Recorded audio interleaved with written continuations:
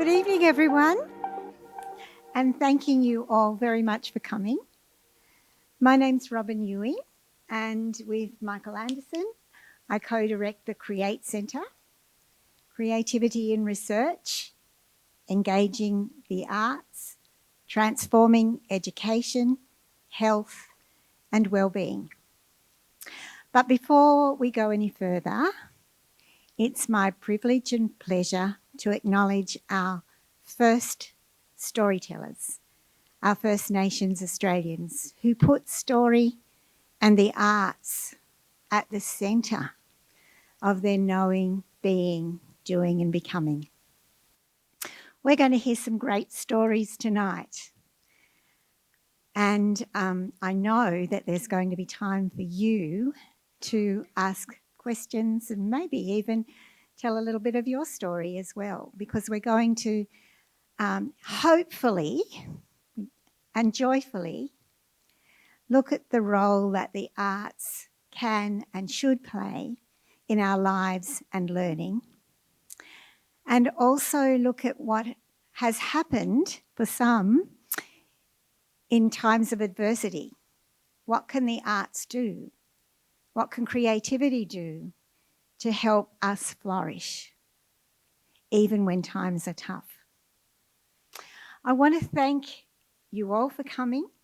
I want to particularly thank up front our wonderful panellists, Jo, Brett, John and Natalie, and of course, our chair extraordinaire, Michael Anderson. That remains to be seen, Robin. Okay, and also, of course, the Seymour Centre for hosting us tonight. We really appreciate it. But that's enough from me. Over to you, Michael. Hi, everyone. Welcome. Thank you for coming out on quite a... You could have been at the beach, presumably.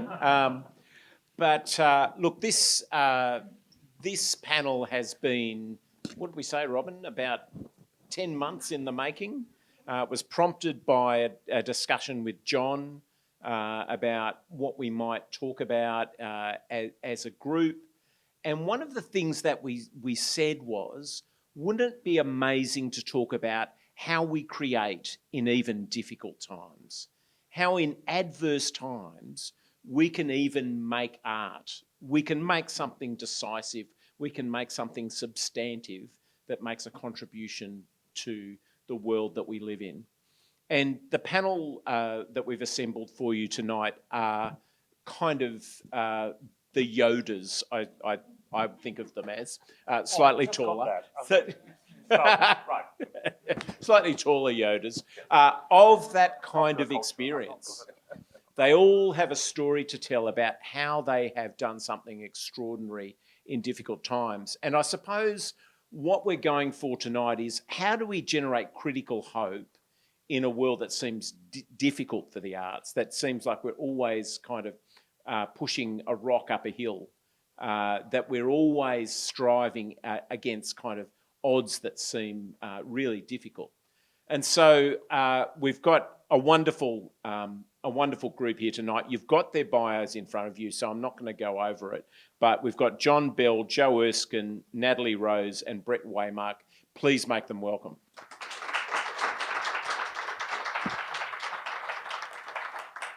Now, what we're going to do is, I actually am very keen for us to have a conversation. I know people say that on panels all the time, and then about 2 minutes before the end, they go, well, we're out of time, sorry. We haven't got any time for you to ask anything or say anything. But tonight, I would love it if we actually had a conversation. So as our wonderful panel is speaking, please think very carefully about the kind of questions or the kind of resonances that you're feeling or thinking, and see if we can be in a dialogue. Now, when I say dialogue, I mean that. It's not actually a time for a 20-minute monologue on something that is irritating you, but it is a way of interconnecting with some of the themes and ideas that come up tonight. So be thinking about that.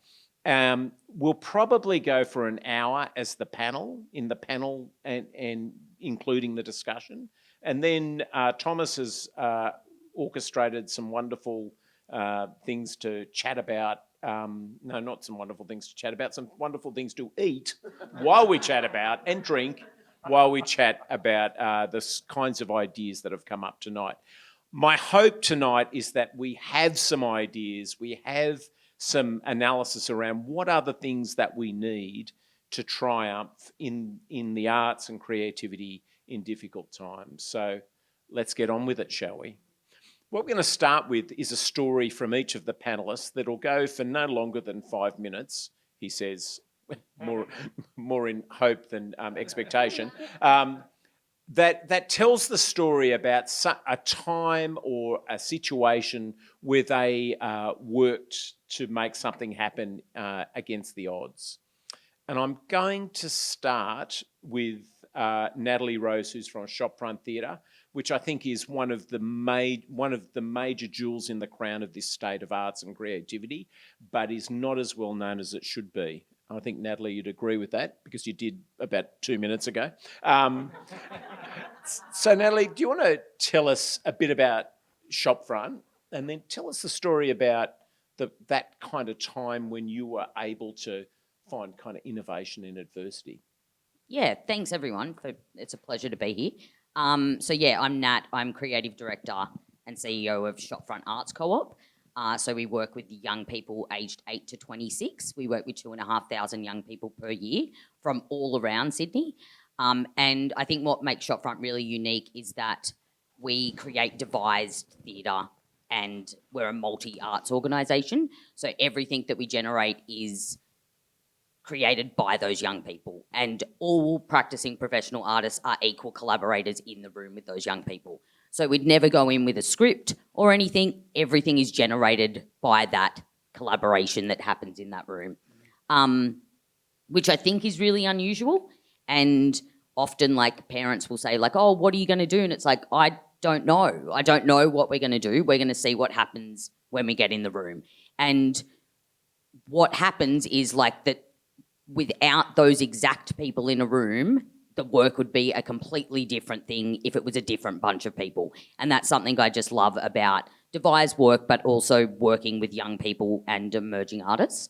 And so the story I had, which you know, Michael, obviously quite well, and obviously COVID was really hard for the arts, and it was a really tricky place, and you're working with young people who it was probably more tricky for them, who were also going through school and everything was disrupted for everyone, but especially for young people. And just before, sort of in 2021, just before the second lockdown, we had auditioned all of these young people to be a part of a show called The Lies We Were Told. The production, the idea was that we would make the work over a 5-month period, and then the work would be presented and it would be a devised theatre piece. And that we were working with young people aged 10 to 17. And so we had an ensemble of 14 young people, which was phenomenal. And we started rehearsals, and 1 month later, we went into lockdown. And because I can't say no to any young person or emerging artist and have real trouble with that, I thought, okay, we'll just keep this going. And we'll keep meeting every week online. Every Saturday morning, we're meeting for 2 hours. And all of Shopfront's programs during that time went online and were free for all young people to access.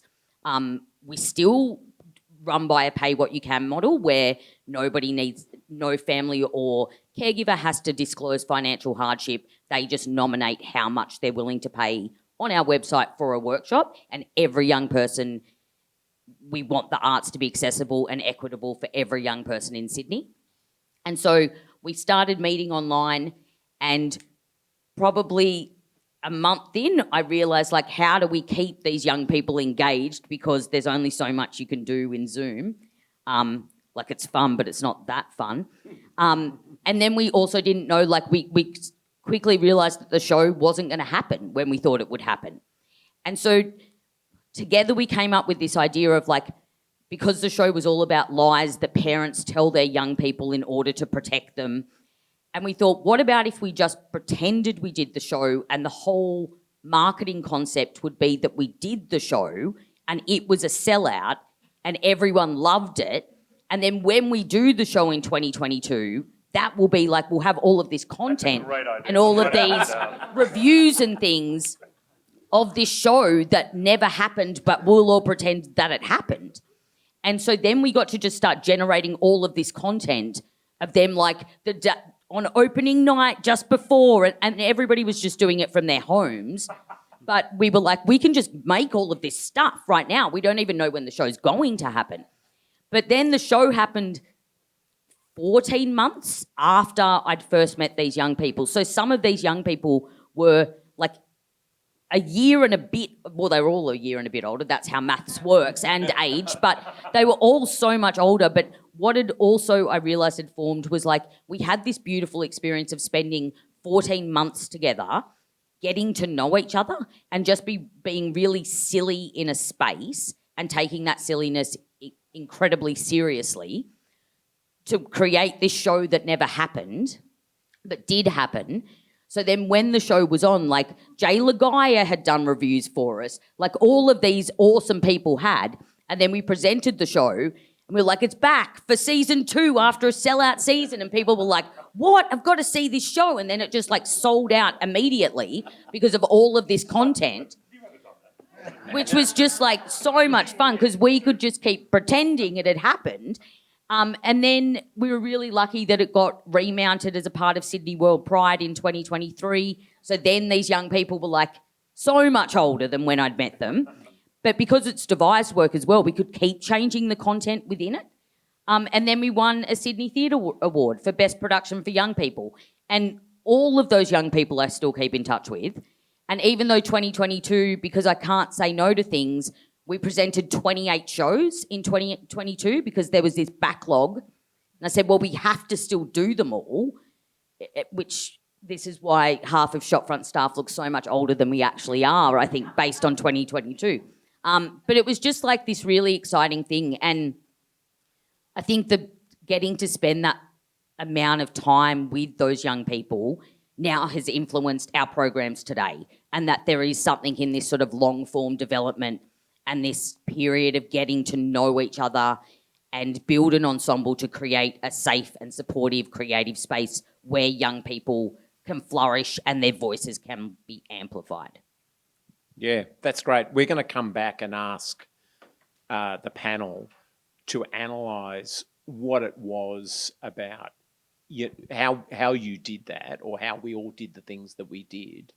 And not saying no seems to be one of them, but we'll keep thinking about that. Now, I'm going from the sublime to the ridiculous, or the ridiculous to the sublime. I'm going to throw to Brett. And so, Brett, you work in a very different world. Do you want to talk about the world you work in? Sure. Well, look, in a sense, we're always working in adversity in the arts. It's always going to be underfunded.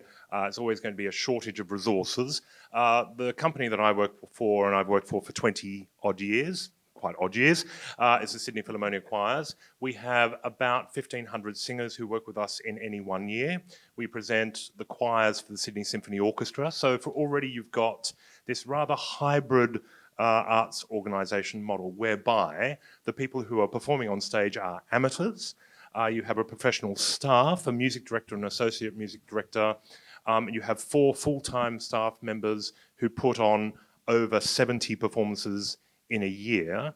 And to just give you the idea of the running costs of that, whenever we do a large production like the Brahms Requiem a week and a bit ago in the Sydney Opera House, the average cost for one orchestral rehearsal, which is only 3 hours long, is about $16,000. So again, a lot of money goes into it, and of course we're completely dependent on box office. We've managed to get back a little bit of government funding, but in the last funding round for triennial funding, we got knocked back. Interestingly enough. And so I suppose the first thing I would say is, if you ever take on an artistic directorship, and I'm sure John can talk to this, one of the hardest things that you'll experience is how to keep your practice going as a performing artist and also be available to the staff, which you need to be almost 24 hours a day, 7 days a week. Being an amateur organisation as well, you have the office that works during the business hours, 9 to 5, and then most of your rehearsal time will be on Monday, Tuesday, Wednesday, Thursday. Friday, we never rehearse because it's just socially unacceptable. And then we often work all weekends. So again, the possibility of burnout is very great in that sort of position. But again, as I was saying to John, I've been there for over 20 years. You make terrible mistakes in the first 5 or 6 years, and then you learn how to do it bit by bit because nobody really tells you how to do these jobs. But one of the things that you will have to become incredibly good at is self-discipline and time management, naturally, because you will still, at the end of a very long day, have to find that 3 or 4 hours to actually sit at a piano and learn a score that you're conducting that night.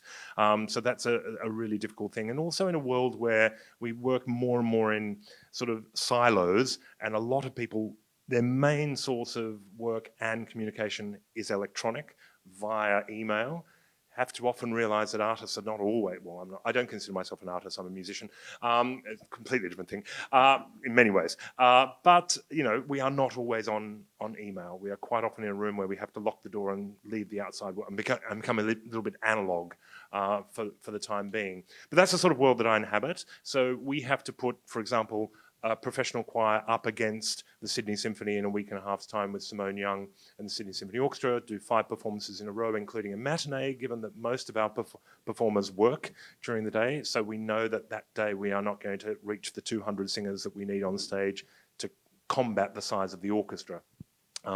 And we will be judged like a professional ensemble in the media and Sydney Morning Herald and various reviews like that. But look, our tale of woe is virtually every day. But you know, one of the ones that sticks in my mind is we thought we'd ridden out the financial crisis of 2008, 2009. We were on tour in the United Kingdom. We'd had our second invitation to the BBC Proms, which was fantastic. We were opening the season with Marla 8 there, and I got the phone call from my then general manager saying we are virtually bankrupt and insolvent. So it was interesting. I had 120 people overseas on tour, and I had severe sort of, what do you call it, you know, you basically worked 24 hours because the office was working in the middle of the night and we were working in the middle of the day. And so a lot of changes happened in the organisation around that time. Naturally, big, expensive productions got canned. Really interesting productions. There was one with Paul Capsis that we were planning to do, and it was largely self-devised as well. It was going to be this thing that came out of a huge workshop period that got canned, and lots of very safe things were put on.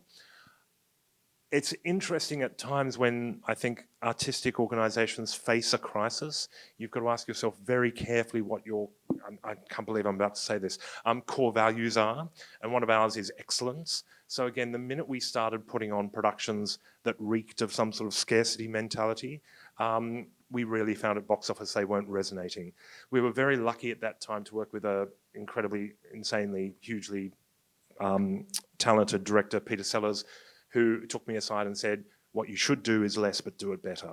And I think that's an interesting thing, you know, particularly in a company that's got a $3 to $5 million turnover. We have to generate a lot of box office to maintain that revenue. But actually what we did do is we started to cut back, but we actually spent a lot more resources on making what we were presenting the best we possibly could. So it's a very interesting, but a lot of changes happened over that period. And I think the one thing that I would talk a little bit about was change in board structure. We went from a very sort of, it felt like a much more arts-orientated board to a much more business-orientated board. And I think that's probably a current crisis, I would say, in the arts that we haven't quite ridden out. I'm very grateful for the financial management that happened during that period, but we now have boards across the country, and I'm thinking of boards like Opera Australia as well, which are largely run by business people.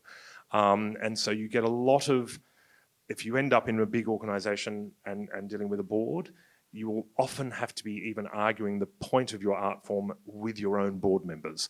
And that's a really difficult thing. That was partly driven, I think, in many ways by some of the funding bodies. So they wanted to see a more professional outlook from some of the things. But I do miss the sort of professional arts shit kickers on boards who actually tell you, why the hell are you doing that?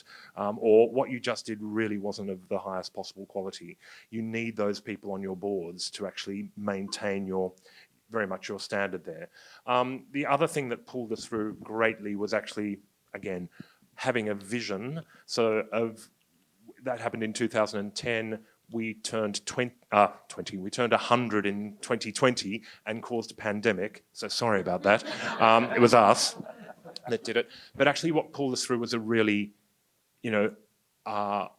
optimistic creating vision for where we would be in 2020. So just sometimes it's very hard to see the path from, what you're dealing with at that particular point in time. But if you can find something that pulls people along, so we had a really incredible 10-year vision to reach the UK in 2020. We didn't know what was going to happen in 2020, but that momentum generated so many extra funds that we wouldn't have got from our normal sort of saying, we're poor, we're about to become insolvent. We had to think very creatively about how we fund this. So that's mine, for want of a better one.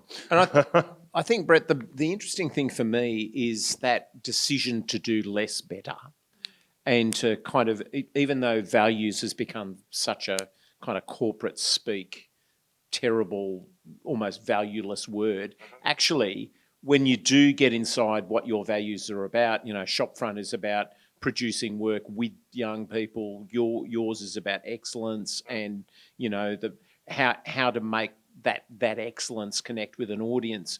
I think that's a really valuable thing to kind of hold on to, because I think that is part of the reason that you're turning 100, you've turned 100, you're turning 50, not actually, but your organisations, just to be completely clear, have kind of stood the test of time.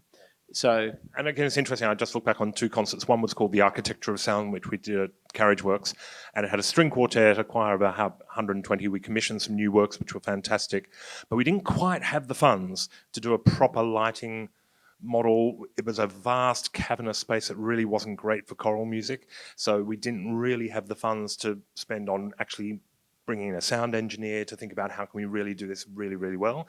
And so we go back thinking it was a really interesting idea, but we just, given the constraints, couldn't do it well. But one of the things that did work well was, again, by doing less. We teamed up with the then Squabberlogic company that was working here for a long period of time, and we decided to put on a Gershwin musical that hadn't been performed in Sydney for, I don't think it had ever been performed in Sydney, and it won the Pulitzer Prize back in the 30s. And we did that, and somehow a much bigger vision for something that we did on, absolute shoestring, but with a lot of creative people who could actually make it work, and we redesigned the template of how we worked to make it work, actually brought in an entirely new audience that we hadn't expected, which then led us to go on to do Wonderful Town, Candide, and a whole lot of other sort of crossover type things that you wouldn't consider a choral organisation to do. Yeah. That was really interesting. Yeah. So one of the things that that longevity gives you is a lot of kind of perspective, and I can't think of anyone who can give us more perspective than John Bell. John, you've lived... No, so wise. And because you've kind of lived your life in the arts. I mean, you've seen such extraordinary change over the years. I'm wondering how you reflect on this idea of, how you make in really adverse times and the kinds of stories you have about that. Yeah. Well, I might just have to repeat myself, but it's a very important point that I am shocked that the Philharmonia lost its funding, because the work you are doing and have always done has been of such a high standard, and not just the performance, but the involving so many people in the community to become part of a performance is, I think, the most wonderful thing and what the arts are all about. And on grounds other than the aesthetic ones, you should be getting huge support, I feel, for that exercise. Anyway, that's aside. Talking about boards, I've always been very fortunate in having board members who were supportive. The only ones who were a bit picky was the accountant, and that's necessary, and I'm grateful, because I have been pulled back from certain extravagances when, going through the budget. The only sort of direct criticism, I suppose, I've ever had from a board member was my chairman, who was very discreet. But if ever he didn't really like a show, he'd say to me afterwards, "Well, John, that was something." And I knew what he meant. But as I say, I'm really out of the business now, and I'm not au fait with all the politics and all the things that are happening day by day.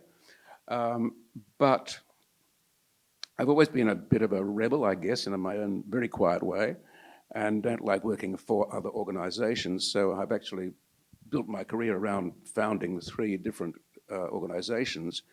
First one, when I came back from England in 1970, and I was teaching at NIDA, and a friend of mine from university, Ken Haller, said, I found this old derelict garage in King's Cross. Would you like to come and start a theatre company with me? So we had no money, we had no nothing, but I thought this was irresistible. How could you, take your wife and kids into something more secure than an old derelict garage? But we set about rebuilding the garage and turned it into the Nimrod Theatre, the 140 seats. We just begged money from friends and acquaintances, put the word around town. We managed to scrape enough money together to put on a season. Everybody was paid rehearsal money and proper equity salaries. So we managed to get it all on and have quite a success. The Nimrod was, very popular and successful.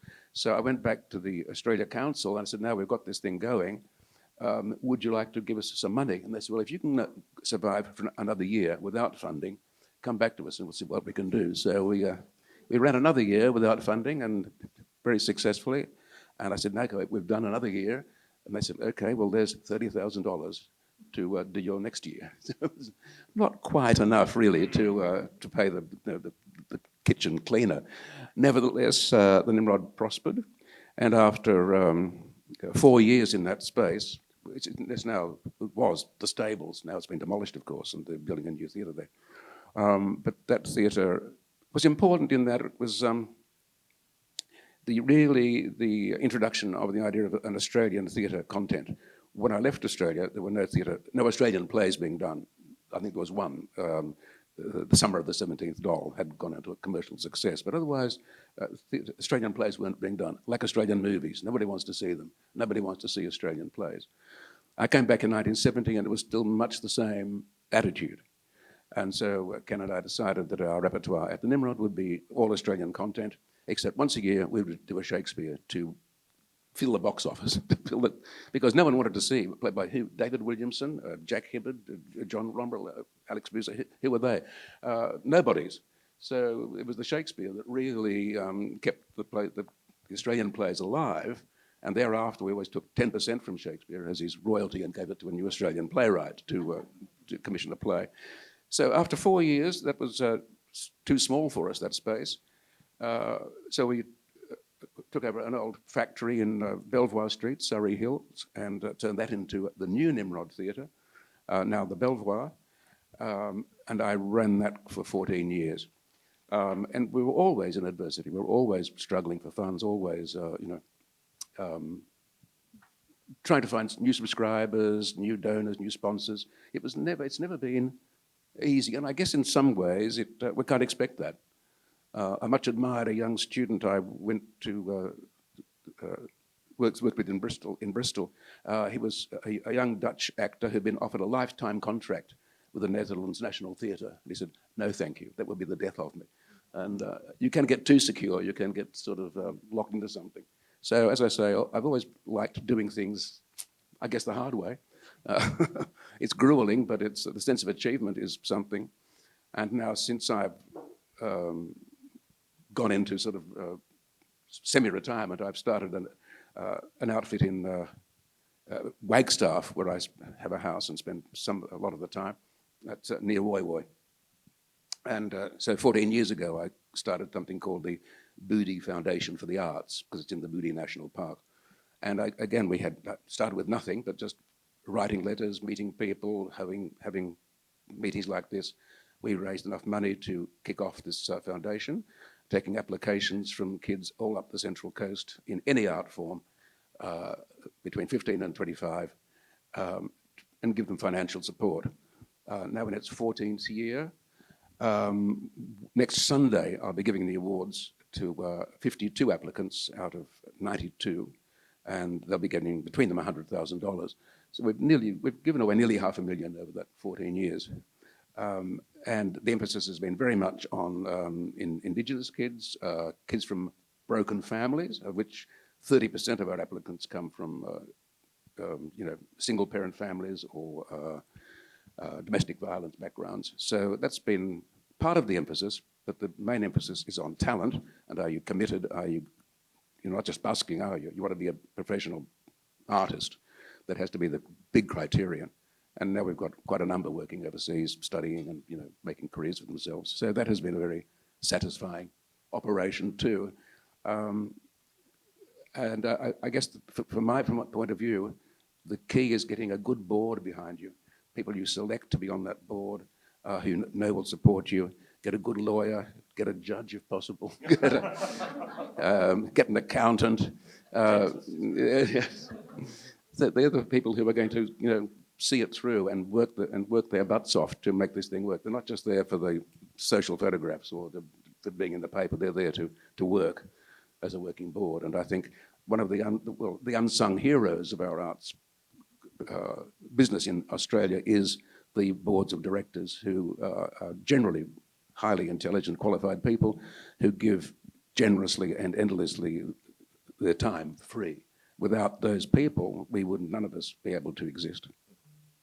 Is that a start? No, that's great, John. And I mean, that collaboration we often talk about in the arts, I mean, that's a really good example of the kind of unsung collaborations that artists are often involved with, or creators are often involved with people who would not necessarily identify with the arts normally, accountants, lawyers, people who understand how to connect with other people.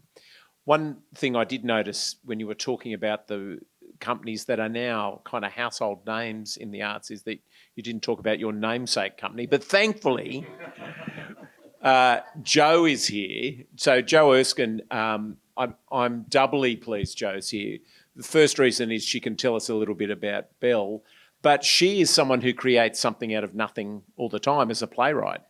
I mean, it's not nothing, it's all sorts of experiences and understanding, et cetera, but putting something into the world like that is kind of in my view at least, the ultimate in creating in adversity, actually writing and, putting dialogue together and plot, et cetera. So I'm wondering how you reflect on your kind of practice and how that intersects with what you do at Bell and what you do in other parts of your life. Wow, I wasn't expecting you to ask me about my playwriting practice, Michael. Well, it's always surprising, isn't it? Yeah. I mean, yes, I kind of have two jobs. One is my regular paid work, which I adore and creatively fills me up. And one is the one that I do in all the other hours, at 5 a.m. every day that no one really asked me to do. But as a practicing artist, you do. You find the time, don't you? You have to find it. I'm very fortunate that my role at Bell Shakespeare, where I'm the head of education, I've been very privileged to be with the company, we were just saying, for nearly 18 years now. It's of great pride that the company puts the role of head of education into its artistic portfolio. So my role is actually in the artistic team, and I work really closely with the artistic director, Peter Evans, and have worked with John for many, many years now. And I guess it's also brilliant that I get to be a practicing artist for the company as well. So I write a lot of scripts. I think I write the players' shows that go into schools. I think I've written about 19 of those now. Very proud of the repertoire there. But don't get me wrong, most days my one screen is a budget, one screen is a script or something that I'm doing. So it's very much mostly logistics, budgets, sending people around the country. And so I guess, well, I know, John, I thought it was hysterical that you didn't mention founding Bell Shakespeare, which is 35 years old this year. So I'll name drop that for you. And very fortunate and still, and I guess that's why I've been with the company for so long, is that when John founded the company, education was core from day one. Education was always hand in hand with Mainstage and just as important as Mainstage. And so I'm very privileged that I get to work every day with a company where education is championed and valued. Yes, and to any idea that I have, I don't have to fight like some of my colleagues do at other organisations for the value of education. So very, that's probably why they'll have to kick me out, because I have I've got a really good job and a really, wonderful company. Yeah, and so, Bell Shakespeare is a national touring organisation. We have our wonderful home, which we moved into in 2022, just as the pandemic kind of was coming to an end. And despite having that kind of Sydney base, we are very much national. We are in every single state and territory. That's not just our main stage performances, but a very extensive national education program working with students and teachers. On average, it's about 80,000 young people and teachers face-to-face every year in around 90% of federal electorates around the country. And then there's hundreds of thousands through digital programs as well. So in terms of adversity and crisis, it's try being a national touring company. On a daily basis, there's things going wrong and challenges. But I guess in terms of the story, I hate to make this a pandemic, lecture, but I can't not. I cannot think of any greater time of adversity and ingenuity. And it was actually an incredible time. Looking back now, I guess because of the way that the company was established, when the pandemic hit and theatres closed down, our entire company pretty much turned to me and went, all right, we're doing education. What do you want us to do? We are at your beck and call. And so I had a really busy 2020 and 2021, and it was an incredibly, obviously challenging, interesting time. But we were so productive, and there's a lot that we got off the ground in terms of things that we'd always wanted to do. That meant launching our, things like our podcast, our Shakespeare Hub, which is our online library of resources that I'd always dreamed of doing, and suddenly we had time. And so I was just paying all of our artists who are based all around the country to write content, so they had, money coming in when theatres were closed, and everyone was nerding out and having a wonderful time creating content. We created a digital studio. We made a version of the players. We have a show called Macbeth the Rehearsal that goes into schools, and we made one called Macbeth the Socially Distanced Rehearsal. It's still on our website. You can have a watch of it. We were just in different parts of the office, and there were sword fights and things. You can actually it's still there. You can watch it. It's very entertaining. It's like a little museum piece of 2020. And we launched a film festival, and we had interestingly always planned to launch it in 2020, but people thought, because we launched in like April 2020, people were like, wow, quick work. I'm like, no, we were always launching this. But it was for young people, primary and secondary students, to make films about or inspired by Shakespeare. And suddenly it gave people a project, and we actually opened it up to household entrants as well. So we had households making films, and we had 70-something films come through, and people just absolutely loved it.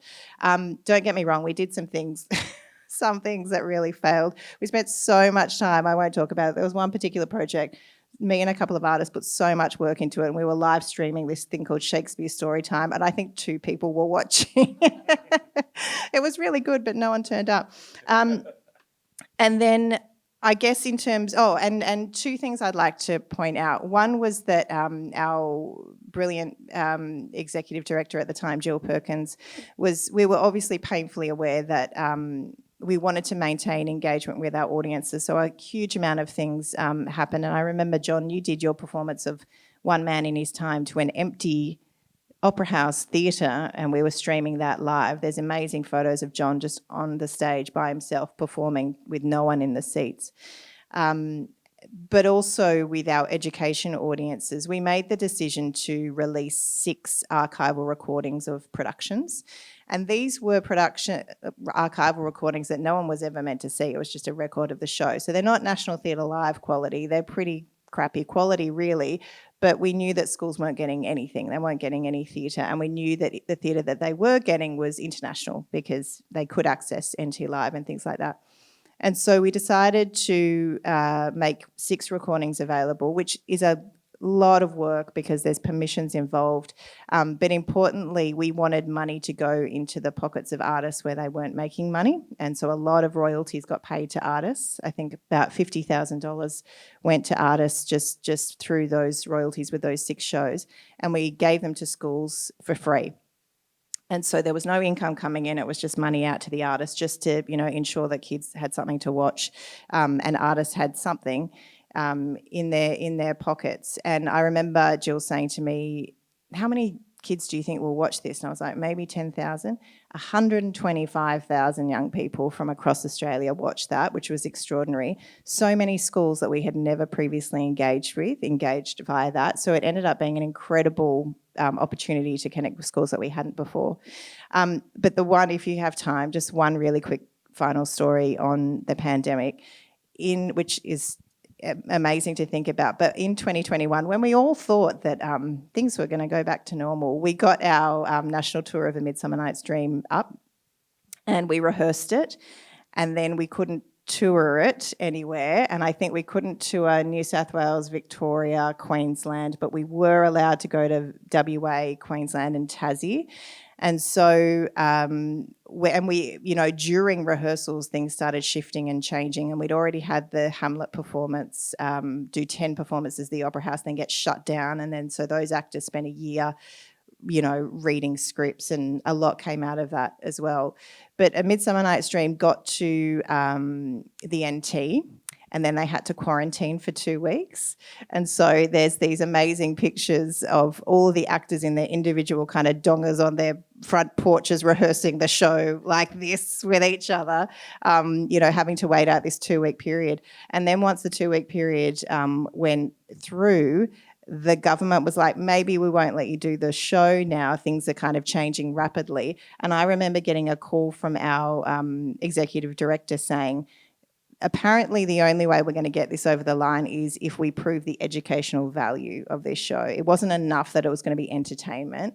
We had to prove. So anyway, then I had to be the one to call kind of government ministers. I was sitting in my bedroom on the side of my bed, calling people, talking about the educational value of the young people seeing this show. Anyway, amazingly, it got approved. They went ahead. They did the show in Darwin. And then on the way to Alice Springs, where they were doing the show as well, the truck with the set broke down, and so the actors made it to Alice, and the show truck never made it to Alice, and the people of Alice Springs, even after all that work, never got the show. But Darwin did.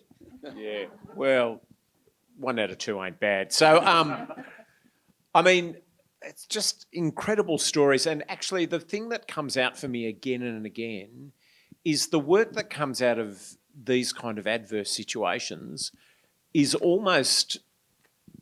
kind of things that, you wouldn't have imagined were possible. All of those resources that kind of, I can imagine you saying to someone, oh, imagine what it'd be like to have the whole company at my feet just to create resources, and then it happens. And kind of Lies We Were Told, which went on and has been published, and schools all over the place are performing it.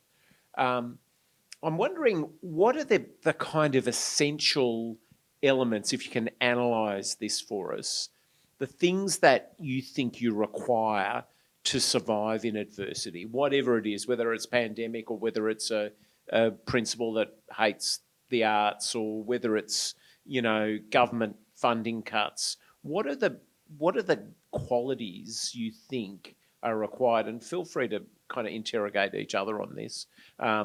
Okay, I can think of one that's not to do with the pandemic, but a crisis that threatened the company for a short time. Our general manager suddenly packed it in and left.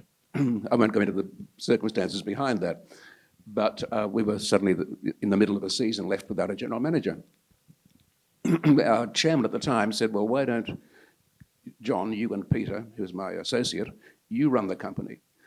Might not need a general manager. So I lost my water, I'm afraid. And I remember this time. Oh, thank you so much.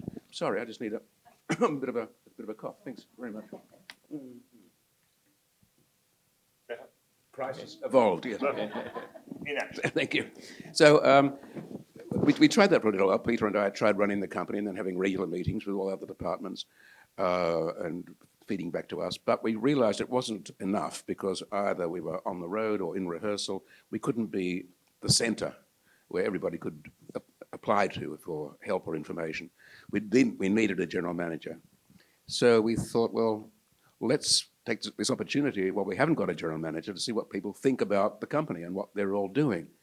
So Peter and I would interview each member of staff, give them about half an hour, come and talk to us very much incognito, and give us their ideas about the company, where it was heading, what could be better, what isn't working so well for them, etc., about their own particular job. And so we did this over 2-3 days and interviewed the entire staff. And then on the final day, we called the whole company together and we read back the information they'd given us. We didn't name any names, just these are things we've heard that you would like to see different about the company. We learned so much from that exercise. It gave us such an insight into what we could be doing better and where we were going wrong. And it resulted in people changing their job descriptions, making them more realistic rather than just ticking boxes. We'll reshape the job to suit you rather than get you to tick boxes. We'll make the job fit what you can do best. And even things like rearranging the office furniture so people are facing each other rather than sitting with their backs to each other. Little simple things like that came out of the meeting.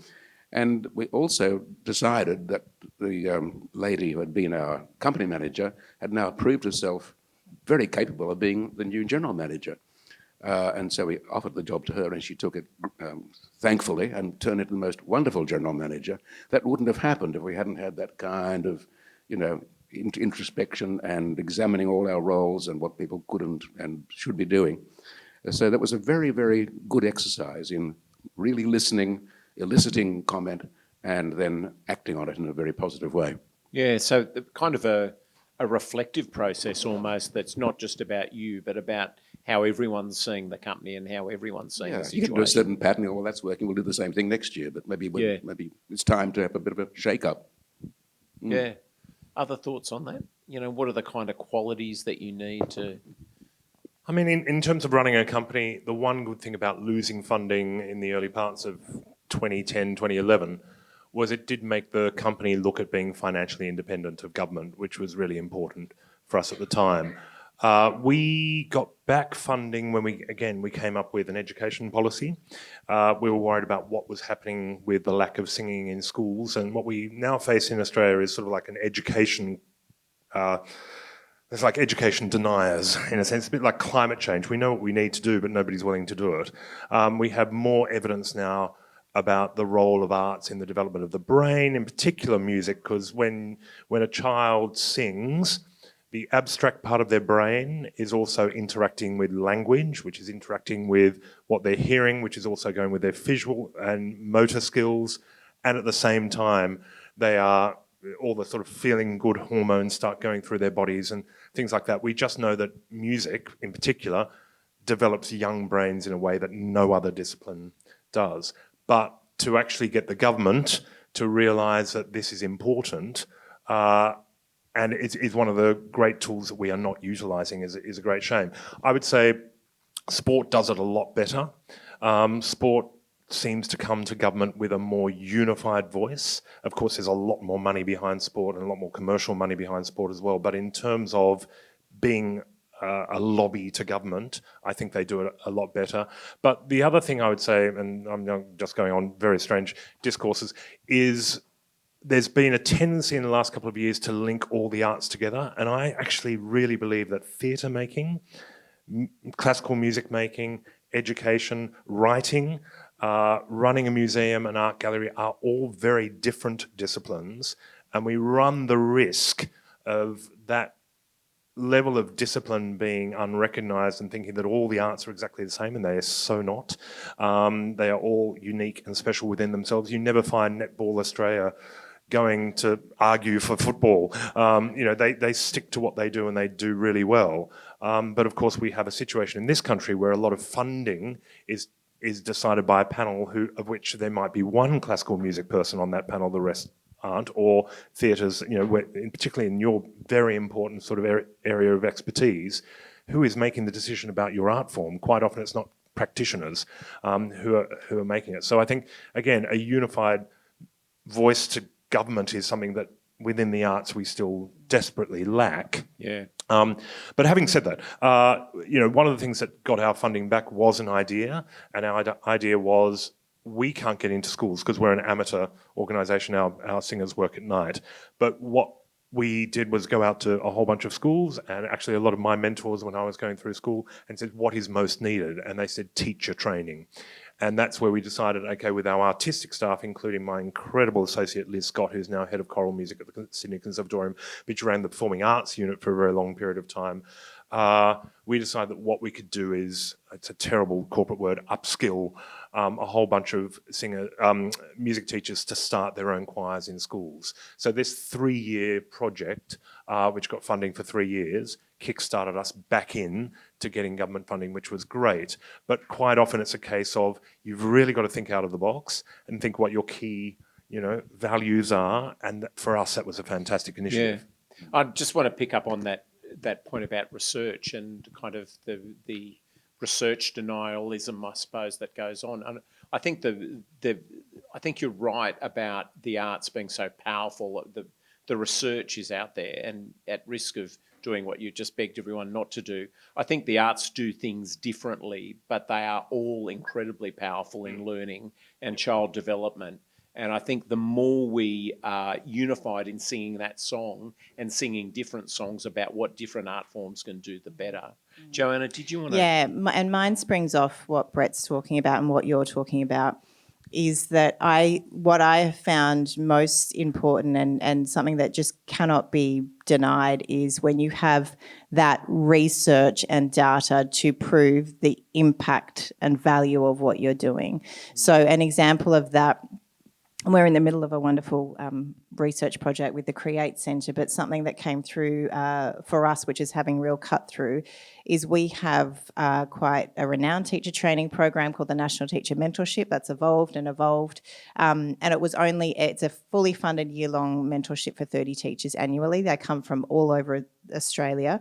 And it was only ever designed to improve your teaching of Shakespeare. But what we found over time was it was having these incredible, by training the teachers in our teaching strategies, which are embodied learning strategies, classrooms across the country were transforming, and they were not only using the strategies to teach Shakespeare, but teach everything, and their entire practice was changing. And so we did an alumni impact study last year. And the data that came back was extraordinary, but also as expected. 100% improvement in teacher practice, 98% improvement in teacher creativity, 100% improvement in teacher confidence, not just teaching Shakespeare, but in teaching. But then looking at student and community impact as well. And what we saw was, 98% increased student engagement, student academic results going up, student attendance going up. But the one figure that really has cut through the most is that 77% of teachers who have done the mentorship program said participating in the mentorship program has kept them in the teaching profession, has deliberately impacted their decision to stay in teaching. And when you've got a national teacher crisis, it's a global teacher crisis, reporting that stat to government has been incredible. So we have spent the year meeting with federal and state representatives who are just, they lean in when you say that figure, and that's having real cut through. So I think that I wish it hadn't taken us so long to actually do the study, but things are happening, the positives, and you know that there's impact there, no matter how many life-changing quotes and photos and testimonies I have has had cut through like this data that we've got now, particularly when it's addressing an issue that the government has. So that the arts can do that is such a good news education story. Every day then paper is full of, negative, news in terms of teachers and schools and everything, and we're sick of it. We've got a good news story here. So telling that has been incredible. Well, yeah, shout out to Bell for doing that and to the Create researchers who made that possible. Nat, do you have a kind of reflection on the kind of qualities that you've heard or that from your own practice in terms of making it through in difficult times?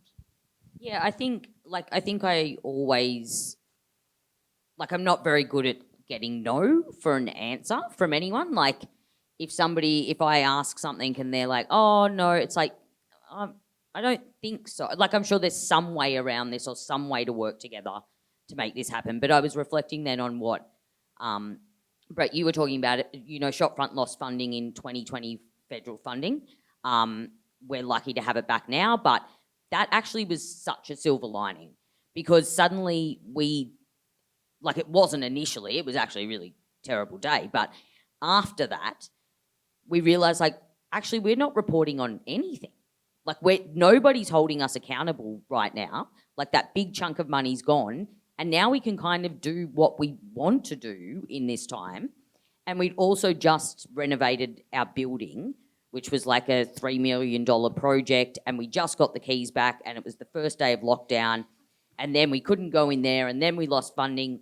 But it was this great opportunity to rethink everything that we do and kind of, I guess, come up for a bit of an argument over those years when funding would open again as to why we needed to be funded and why we are an important part of the sector and the development of young artists into other parts of the sector. So one thing we did was we were we've got this space that we own, so we're just going to give away free space to any emerging artist or independent collective. That's not really going to cost us money apart from electricity. That's it. And so now we give away, last year was 270 days of free space to independent artists and emerging artists and collectives for them to come in and rehearse their work. And then what that sort of worked, what developed from that is Shopfront then is credited on all of those works that are touring nationally and internationally and some to major festivals. But it's all been supported by in-kind support from Shopfront. And then developing our pay what you can model was well, sure, if we're going to go down, let's just go down. And we made sure all of our workshops were free. And then once we were back in the physical space, we would give a suggested cost that a workshop costs us to run. But a parent could just go onto the website and put $0 or the suggested price or above that. And what we saw was the young people participants increased by 285%, but also our revenue didn't change because parents who could pay more would pay more because they understood the benefit of the arts. But then there were all of these young people who did multiple workshops and signed up for every workshop we had on offer because they didn't have to pay for all of them. Or a parent could pay for one, but they couldn't pay for their child to do 6 workshops a week, which is, of course, very valid. So it was just a great opportunity, I think, to rethink how we do things, why we do things. So then once we had the chance to reapply for funding, we had all of this evidence as to why we were so important for the sector and were successful, which, yeah. Yeah, and I think everybody on this panel has that quality in common, which is when people say no, you just ignore that. You just keep going. Someone said to me, I've got a colleague and I was asking the state government for funding for something, and the person in the state government said, why does he keep persisting? I keep saying no. And this guy says to him, oh, he's a drama teacher. He's been getting no from day one. So I think that's absolutely one of the strategies. We've got about 15 minutes for questions. We'd love to have your questions. Thomas, do you want to explain to us how we're going to do questions? I've got a question for John while we're waiting. Yes. Which is, again, I feel that were you to start your own theatre company now, it would be very difficult. Firstly, from just having a building that is compliant with a whole bunch of issues. And you sort of went into a garage, and I'm sure there were all sorts of issues back then. But in that time that you were building that, there was a very healthy government enthusiasm for the arts. I feel that the war on the arts by government has been going on quite a lot. And I went to university here upstairs in the Seymour Centre, what was then the BMUS, which let in, I think it was 24 students got in any one year. It was an incredibly intense training facility, mainly in academic music, but we were all practicing musicians as well. That model doesn't exist anymore in this country. It's either the conservatorium or nothing, just in terms of having a Bachelor of Music and Bachelor of Music honours in the sort of academic, music as a cultural discipline, I suppose. But I just look at these places now where an arts degree is one of the most expensive degrees that you can put yourself into in a situation which once originally had free education at university level as well. I mean, did you feel you were sort of blessed in a sense in the period of time in which you were trying to start some of these organisations? Certainly, when Gough Whitlam was in office, he and Margaret were always first night attendees to the shows we did at the Nimrod. He was very enthusiastic and supportive. Keating, of course, was another one. It makes a difference when the leader of the country stands up and says, I think this matters. They may get held down by certain sections of the public as being elitist and silver-tailed and so on, but they take that risk of saying, I think this matters. And I think, and John Gorton was another one with the founding of the film industry. So I think that the leadership is crucial, and politicians should be a lot braver. They don't mind being photographed next to a footballer, but not a ballet dancer, thank you very much, So that's where we need a bit more courage and outspokenness, I think, from our politicians. I have a question. Just keep the ball rolling. Go for it. I was wondering if each of you could reflect upon, you already have reflected upon some times spent in adversity and making art in those times, but what is maybe you don't have one or maybe you do, and I'm curious to know if you have some sort of ritual or sort of daily practice that you rely upon to get you through those tough times, aside from drinking, I assume, is what we all have in common. Aside from that. It's a bit early, really. That's an interesting question. I think that, when you were talking just before, Michael, I was just thinking that's because we're creative. We're creative people. We don't like to, there's always a way around. So I think that this is not a personal thing. This is just like when I'm in the office and every day it'll be like, and you get a call to say there's 5 schools approaching the Opera House and an actor has just pulled out of the show because they're unwell. What do you do?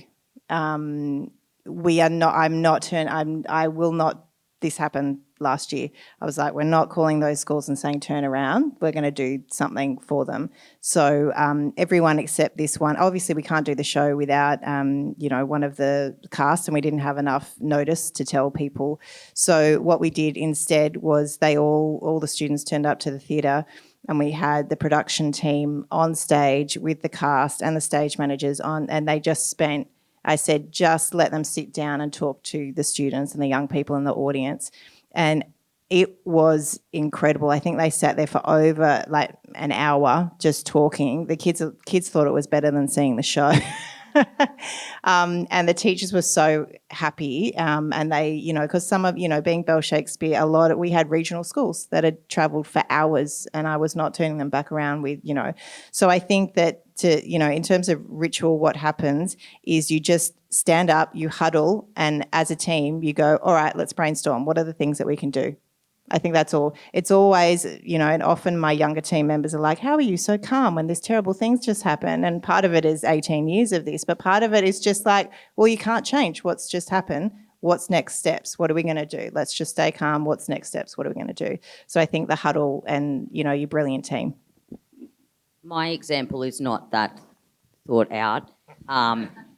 So something that we do at Shopfront, and I think because we want to remind ourselves how privileged in some ways we are to have the jobs that we have. Like, I feel blessed every day that I get to make art. Like, that doesn't really make sense to me. But every fortnight what we do is we have a staff bonding time where we play a game. So one of the games, which is a regular to play, is a game we call Shoes No Shoes, where there's a great window at Shopfront that comes to about here. So everyone stands inside and you look at the window, and then somebody goes outside, and then around the corner you decide if you're going to take off your shoes or you're going to keep them on. And then you walk past the window and you walk back, and it's a game of bluff, obviously. And then we all vote on if that person had their shoes on or off. And then the winner just gets that fortnight's winning of Shoes No Shoes.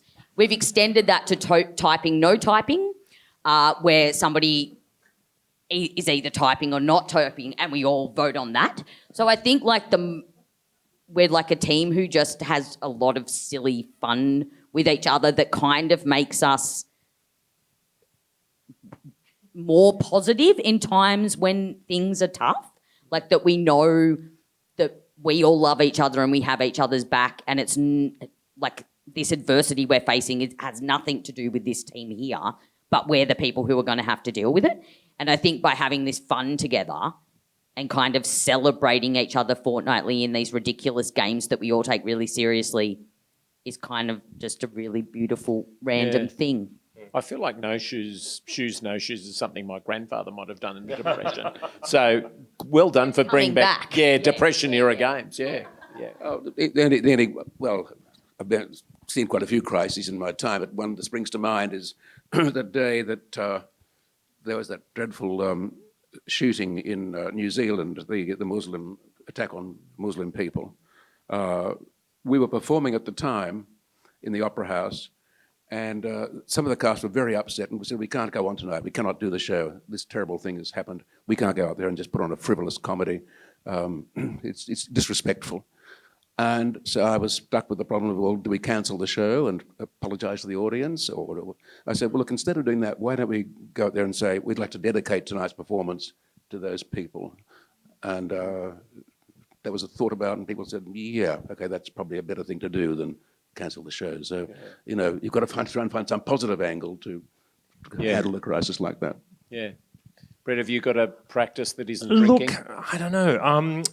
I think conducting is more like teaching, actually. So, you know, in terms of whether you're an artist or something like that, I think very much my job is as a teacher. But you spend a lot of hours by yourself and there's only ever one of you in the room. So in terms of my relationship with my colleagues or my orchestra or my singers, they're not really my friends. I'm the person who decides whether they get hired or fired there. When you walk into the room in front of an orchestra, they judge you within about the first 10 seconds of how you walk to the podium, whether you know what you can do or not. And they're pretty unforgiving. These are people who've studied their instruments for years and years and years before they've even got their first professional job. And they're highly competent at what they do, playing the violin, playing the flute. And they've worked incredibly hard, probably with a huge amount of funds to study also overseas and even just get the job that they've got in your scratch orchestra for that thing. So one of the things that I've had to cultivate a little bit more, and I'm getting better at over the years, is having a select group of people locally and internationally who I can just rely on. It's sort of like the First Wives Club, but for musical directors. And, you know, when you, very rarely is there somebody who will know what it is that you're experiencing, and be able to go to for advice. So I have a fantastic colleague, Simon Halsey, who ran the Berlin Rundfunkchor and the Birmingham Symphony Orchestra Chorus for a long period of time, for 40 years. He's always at the end of an email. I had a breakfast with a conductor who works with a choir in Western Sydney this morning, who, oddly enough, I think I can say has just resigned from that organisation after 7 years because of the inoperable nature of the triangle of influence, which is your general manager, the chair of the board, and the music director or artistic director. If that's not working, your life is absolute hell in the arts.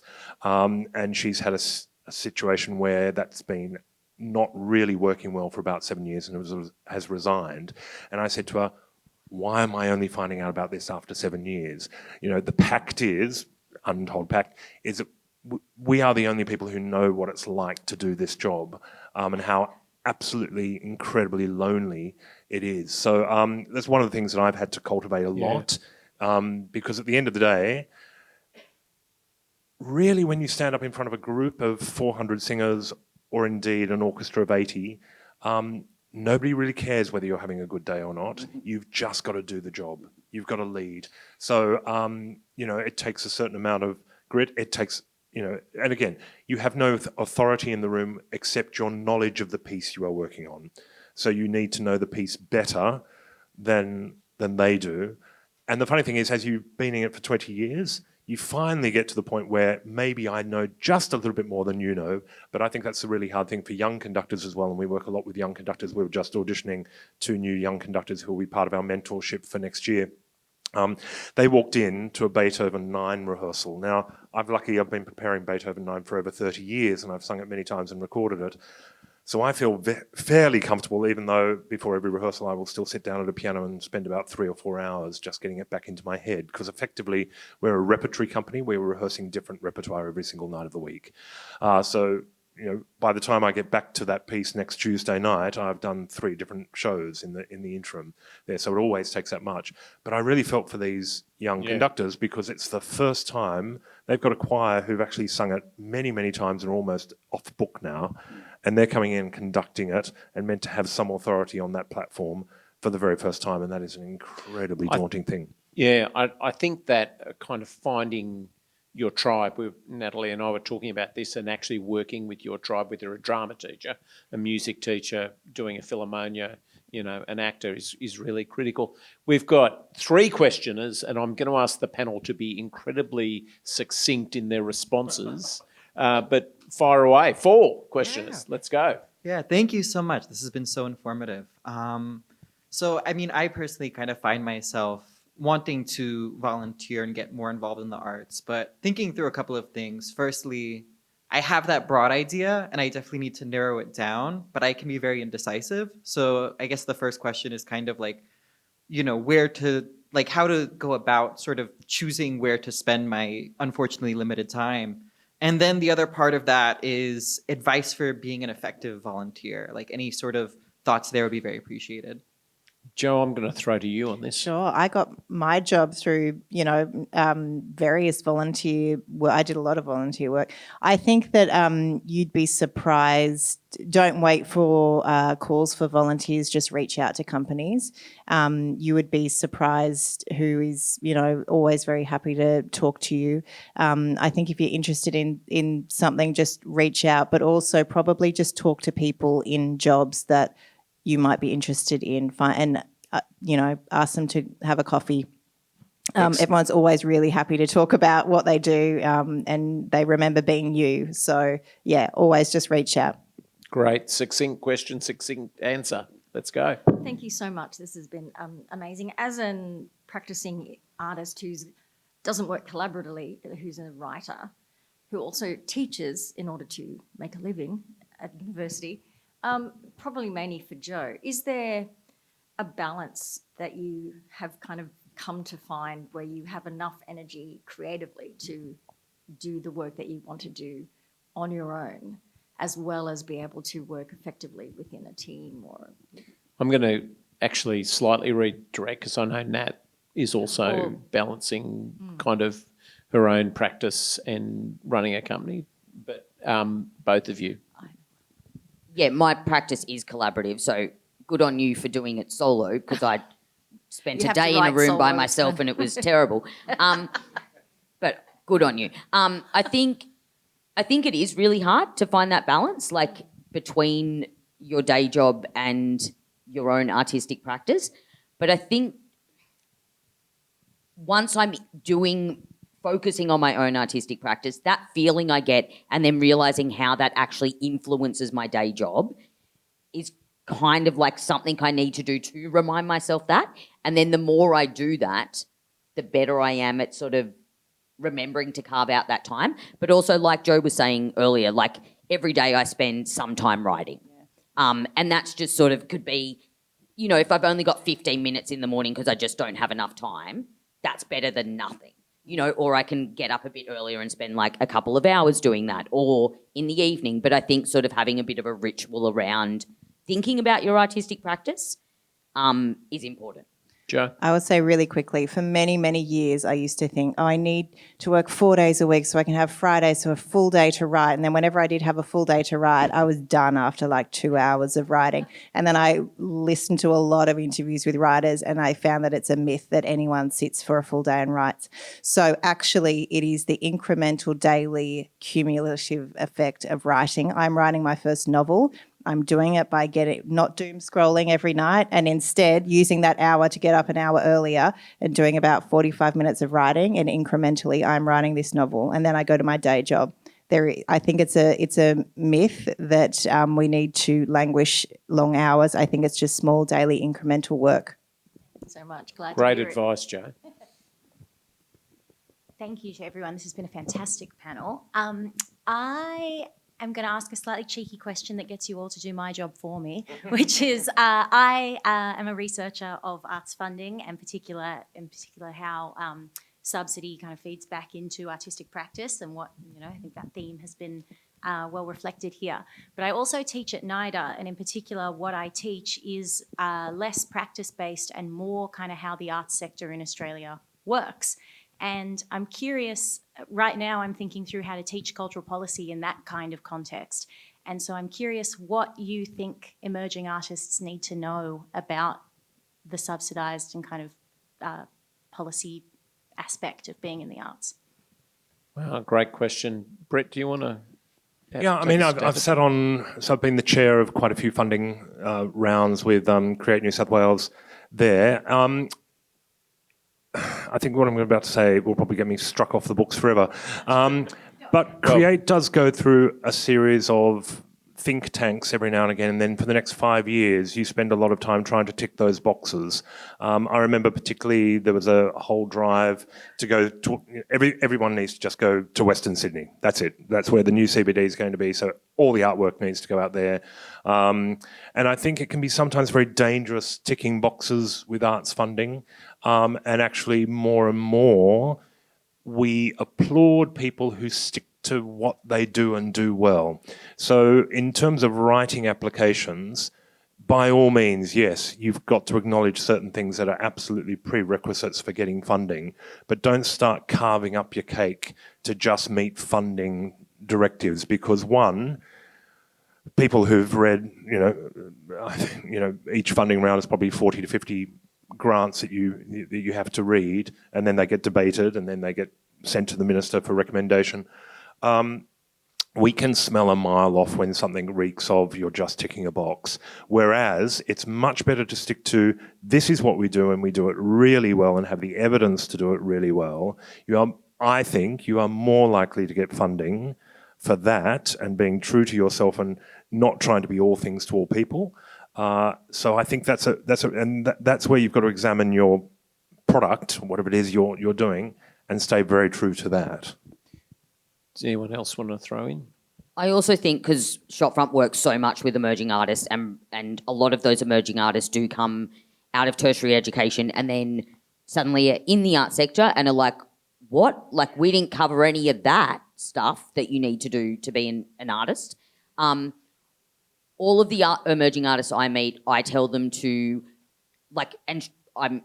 it's a bit spooking Shopfront here, but we run like free masterclasses in grant writing, in budgeting, all for emerging artists, and pitching your work, touring your work, because those are things that you don't learn. I also encourage all emerging artists to actually write a bit about their work as they do it, because I think the more that you write about the work, the more you understand your voice. And it is really weird talking about your work. Like, it's a bit awkward and like yuck kind of thing.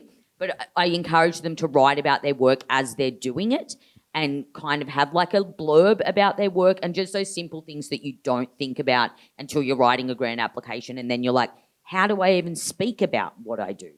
Because at the end of the day, the more content you have about the work that you create or why you create work, I think that's also something too. Like in even reading applications, if I read an application and I feel that passion in it, I'm more like it. Yes, I'm drawn to work when I know why an artist wants to make it. Yeah. Great. Hope that helped. Fantastic. Thank you so much. It's going straight in the course. Hi, mine's also asking a question to get you to help me do my job. So I'm from Service and Creative Skills Australia, the Jobs and Skills Council for the Arts, and we currently have a project looking at career journey mapping in the arts and thinking about what are the gain and pain points, the things that make careers sustainable and have longevity, or the things that disrupt arts careers. And, there's many. But you are all here as really, people who have built sustained, successful careers in administration and your own personal art forms. And I was wondering, what do you think has been the thing that drove your career forward or helped you build that sustainable career over your lifetime? I'll go first if you like. Go for it, John. I think I was very fortunate at the age of 15, I'd say, knowing what I wanted to do with my life. I have 4 grandchildren who don't know what they want to do yet, but they're going to do something wonderful, I'm sure, because they're all very talented, but they're not quite sure which way to go. And I think that's true of a lot of people. I was a bit sort of blessed or cursed with knowing at 15 I want to do Shakespeare, I want to be on that stage, I want to act those plays, and that was my whole ambition. So I was very driven with that one thing, and I've never lost that sense, that focus, I suppose, and that's what's seen me through the good times and the bad, as having a very particular thing that I wanted to do. Is that what you were asking, really? Yeah. Yeah. That's great. Brett? Look, I mean, I'm now. That's the funny thing. I'd hate to go back to being a freelancer. I've been now in a salaried position for over 20 years. But before that, it was knowing that to actually eke out an existence. I played the piano at the University of Western Sydney in the acting department there. I sang in the extra chorus of Opera Australia. I toured 2 school shows, one with Sounds Baroque and one with the Song Company. Just knowing that really, one thing is not going to get you through, particularly as a musician, I think, in many ways. You will end up teaching at some point. But again, a bit like writing a grant application, when you teach, you start to really understand what it is you do.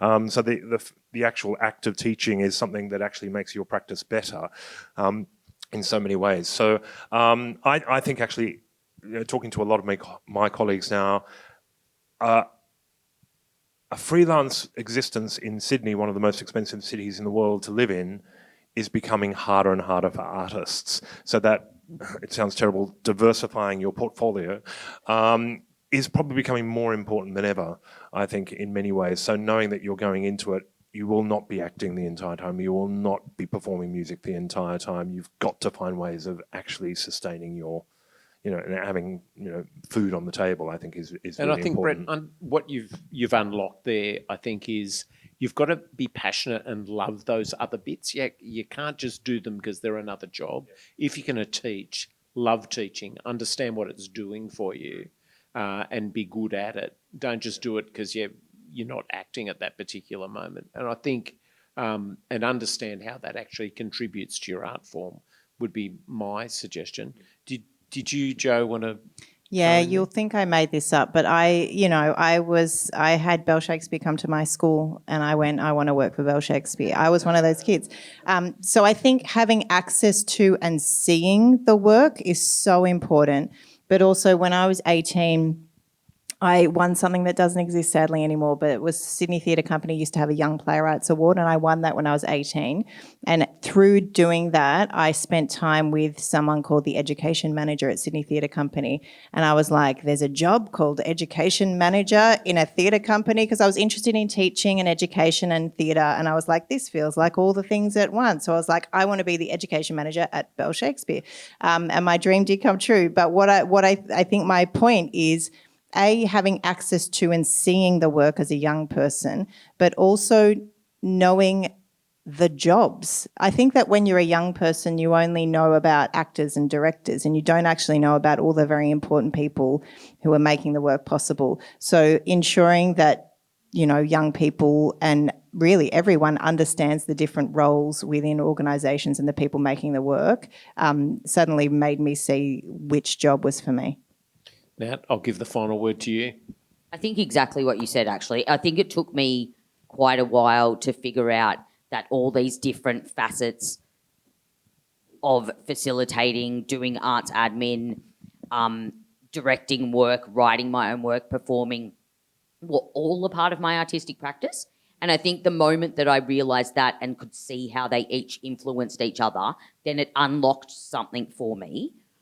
That then I just went for the things that I was really interested in, that I knew would fuel myself as an artist and myself as a practitioner sustainably and with longevity. Excellent. Can you thank our panel?